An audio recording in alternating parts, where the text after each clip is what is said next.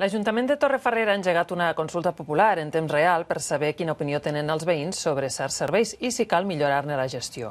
Per fer-ho, ha posat en marxa una aplicació informàtica, la mateixa que fan servir els ferrocarrils de la Generalitat. Ha anat a l'Ajuntament a matricular la seva filla a l'Escola Bressol Municipal. Et falta el certificat mèdic. Vale, el demano al CAP i ja està, no? Sí. Un cop enllestit el tràmit, sense sortir de l'Ajuntament, pot valorar en aquest terminal l'atenció que ha rebut. És molt senzill d'utilitzar, ho puc fer amb ella i a més estalviem paper, per tant, me sembla estupendo. Parlar amb la gent, això sempre s'ha de mantenir, però buscàvem altres formes d'escoltar la gent i sobretot una forma immediata i no intrusiva, perquè hi ha altres sistemes d'enquestes, però són en paper i la gent moltes vegades no la fa.